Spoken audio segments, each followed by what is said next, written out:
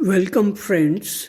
This is Harshad Parekh inviting you to listen to some of my short writings on philosophy, religion, psychology, spirituality, education, Krishnamurti, and nature.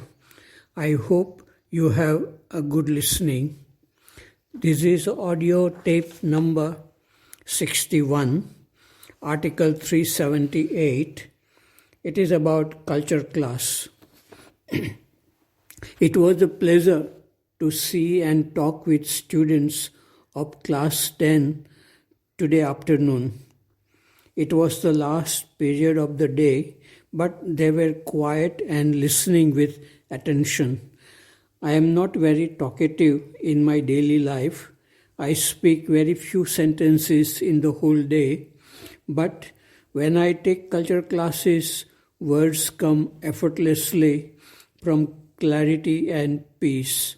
I never prepare in advance, but my favorite topics are human relationship, awareness, beauty, happiness, freedom. I speak slowly, give space to students if they have questions. Today, students prefer to listen with attention. I spoke about how we create problems due to lack of understanding of our own mind, like anger, fear, jealousy, conflicts in relationship. We understand ourselves only when we become curious about the working of our own mind, not by reading books written by psychologists, but seeing directly how thoughts and feelings arise within our own mind. With awareness comes effortless order in our life, and love, happiness, beauty come from within. I spoke a little about how I became curious about looking at my inner world after reading Krishnamurti's book Flight of the Eagle in 1972 in USA. What Krishnamurti says has great relevance for the whole of life for human beings who are sensitive and open to explore their own mind. Intellect is not sufficient for a life of inner richness. In the last 15 minutes, we watch some immortal songs of old Hindi films. Article number 379. It is about can thought be aware? I meditated on the question, can thought be aware of itself? What I found is expressed in words coming from non-verbal scenes I saw. A two-dimensional flat insect is crawling on a flat surface. It is unable to see the whole surface. When it was lifted above the flat surface in the third dimension, it could see the whole surface. Thinking is like that insect moving on the two-dimensional surface. It cannot see the whole surface. Awareness is the third dimension above the flat surface of thinking. Awareness can see thinking clearly. A man was meditating in an empty room. His eyes were open and the room was filled with light. There were no thoughts in the mind of this man. Someone entered this room through a door, and the man saw this person without any thinking or reacting. Pure awareness is a state of silent looking and listening.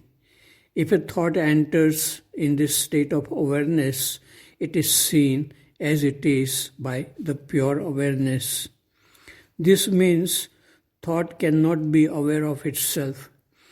Awareness is in a higher dimension than thoughts. Awareness can see thoughts.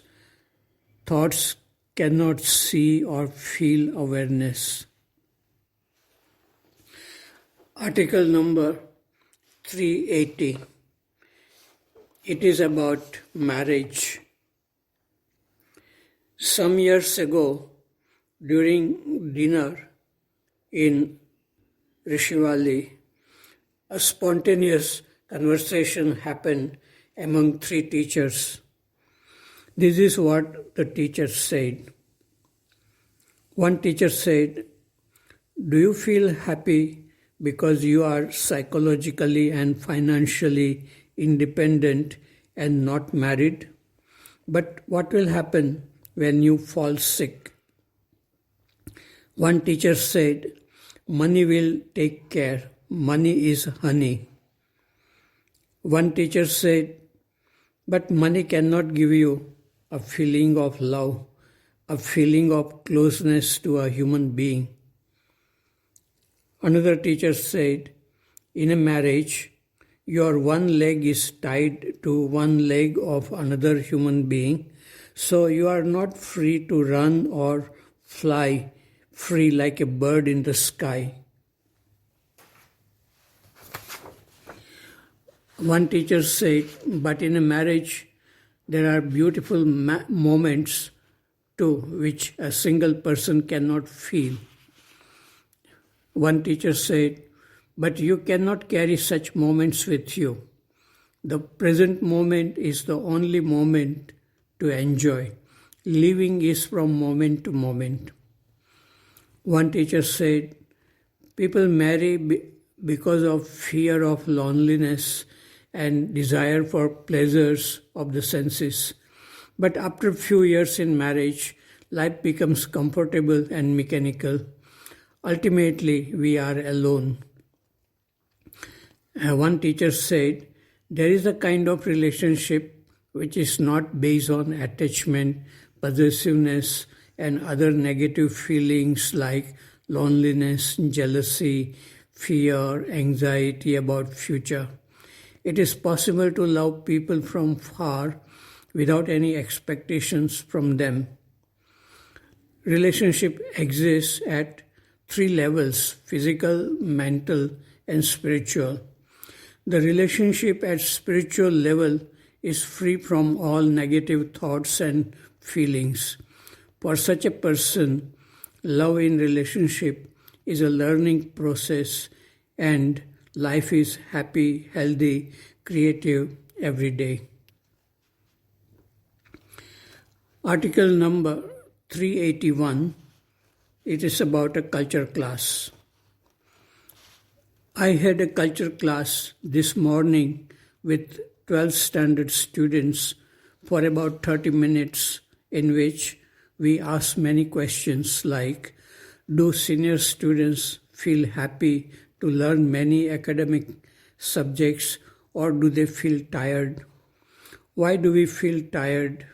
Rishi Valley has created a beautiful environment with space and natural beauty. But is the inner environment of the mind beautiful too, with space, silence, and awareness?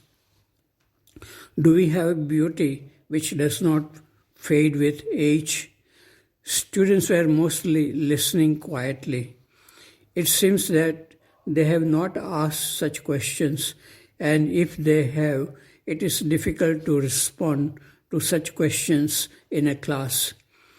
But students of class 7 were more lively in my culture class few days ago, and they were speaking freely about the nature of thinking, awareness, and relationship.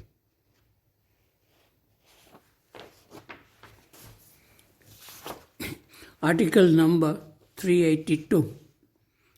It is the flame of love.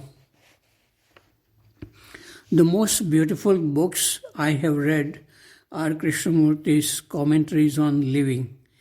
Every sentence in these books is illuminating.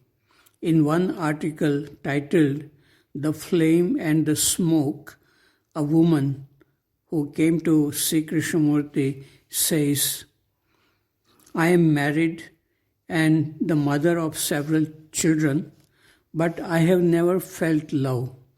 I am beginning to wonder if it exists at all.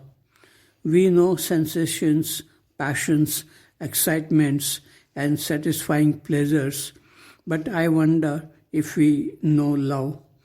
We often say that we love, but there is always a withholding. Physically, we may not withhold. We may give ourselves completely at first, but even then, there is a withholding. The giving is a gift of the senses, but that which alone can give is unawakened, far away. We meet and get lost in smoke, but that is not the flame. Why is it that we have not got the flame? Why is the flame not burning without smoke? I wonder if we have become too clever, too knowing to have that perfume. I suppose I am too well read, too modern, and stupidly superficial. In spite of clever talk, I suppose I am really dull. In this article, Krishnamurti says, we talk about beauty, write about it, paint it, dance it, preach it, but we are not beautiful, nor do we know love. We know only the words. The dull can never become the sensitive.